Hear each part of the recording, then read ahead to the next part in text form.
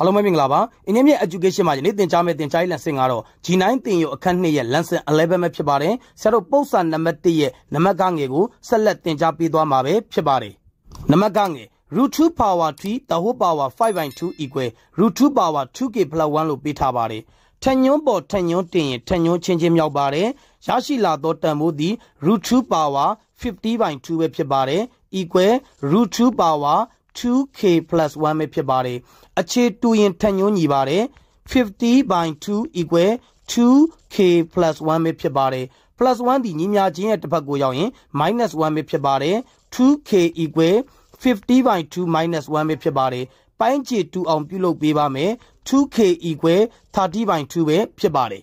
လိုချင်တာဒီဆရာတို့ k တန်မိုးပါ2ဒီမြောက်ထားတာပါညီမြချင်းရဲ့တစ်ဖက်ကိုရောက်ရင်စားပေးရမှာပဲဖြစ်ပါတယ်အစားကိုအမြောက်ပြောင်းရင်နောက်ကိန်းကိုပြောင်းပြန်လန်ပါမယ်ရရှိလာသောတန်ဖိုးသည် 1/2 ပါထို့ကြောင့် k equal 30/2 into 1/2 ပဲဖြစ်ပါတယ်ရရှိလာသော k တန်ဖိုးကိုပြောပါဆိုရင် 30/4 ပဲဖြစ်ပါတယ်